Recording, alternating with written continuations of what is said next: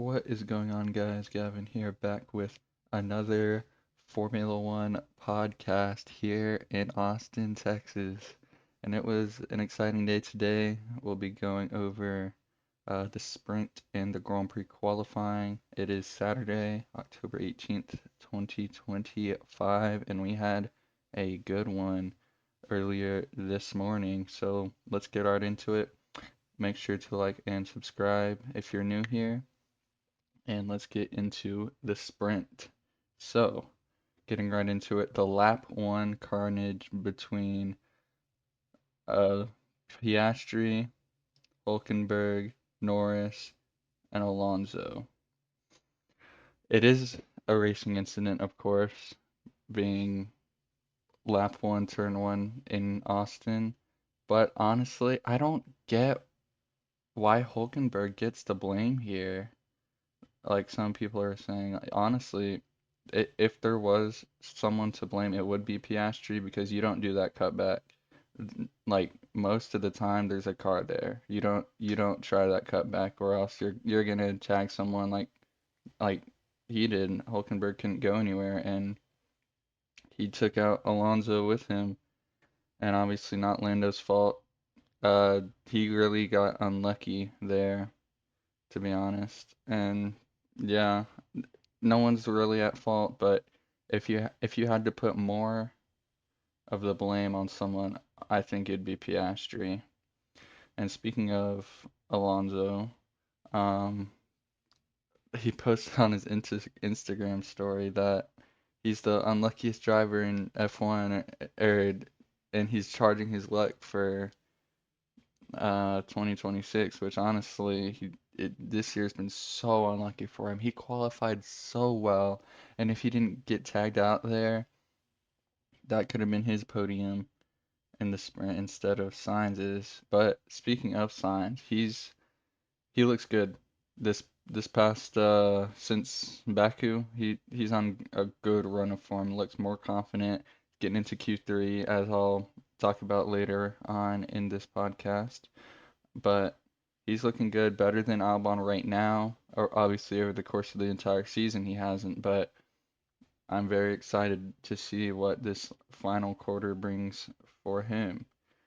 And then speaking of another Aston Martin driver, Lance Stroll sucks.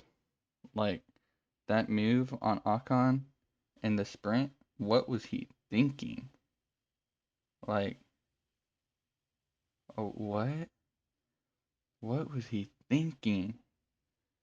That was horrible to round out the double DNF for Aston Martin, but that was terrible. I like he shouldn't be in the sport. Like, yeah, he does have his moments, but if it was anyone else, he would have been gone a long, long, long, long, long time ago, like 5, 6, 7 years ago, you know what I'm saying?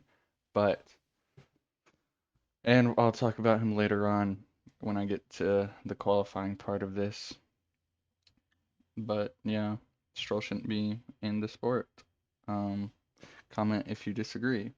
But it was this sprint was the best sprint of the season. Easily the best sprint of the season.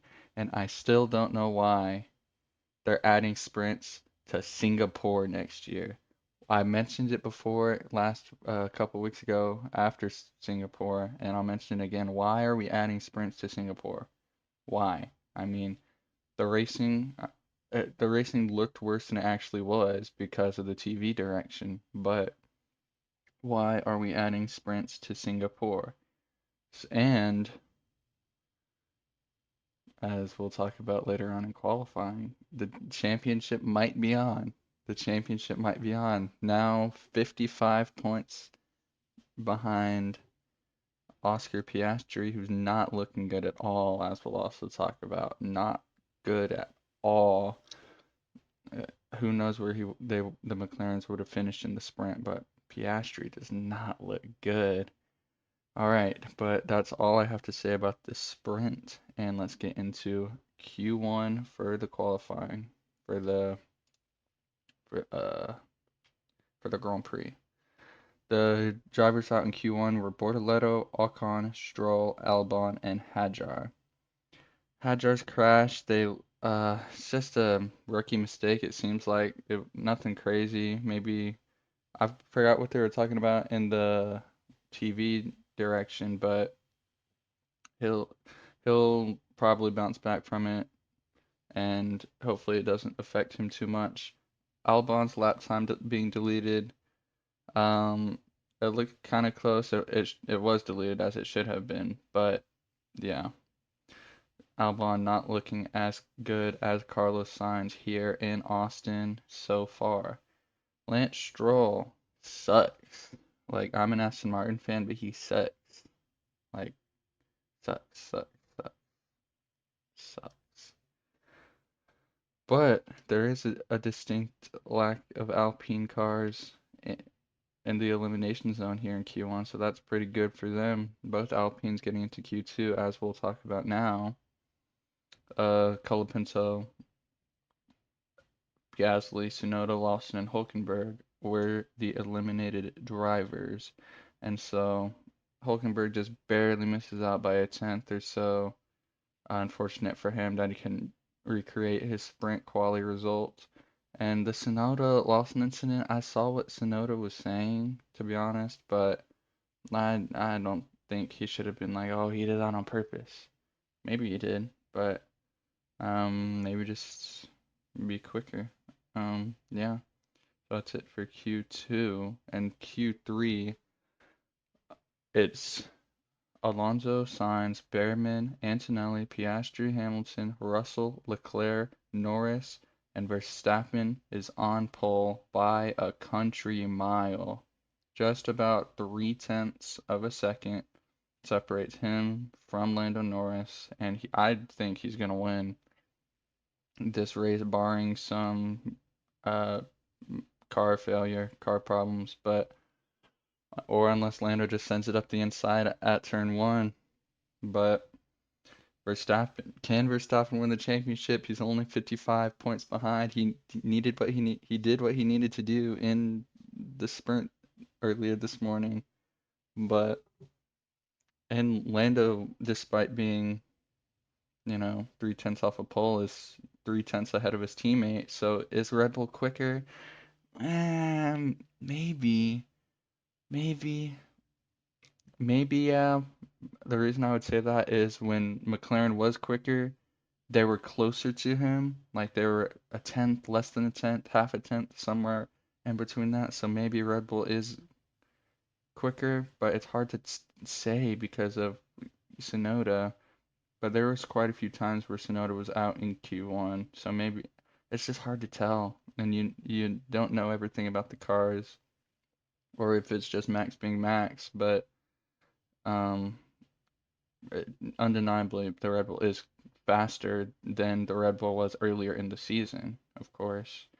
But now let's talk about the championship leader, Oscar Piastri, still leading the championship by 22 points. He got lucky that he tagged Lando Norris.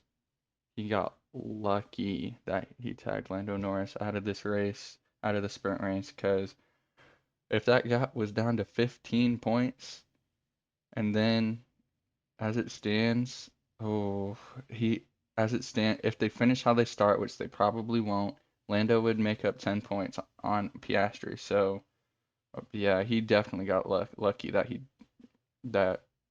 he took Lando with him out of the race.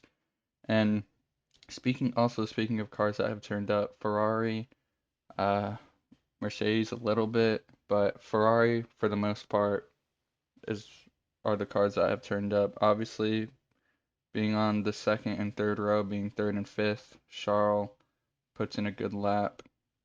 He was only 600ths off of Lando in Q3. I didn't even see that.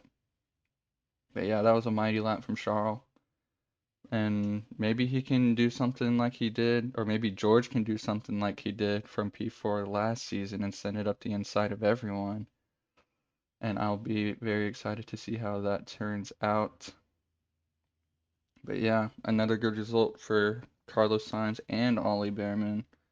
Not so much for Oscar Piastri though. But that is my thoughts for qualifying and the sprint race on Saturday, and I will see you guys later. See ya.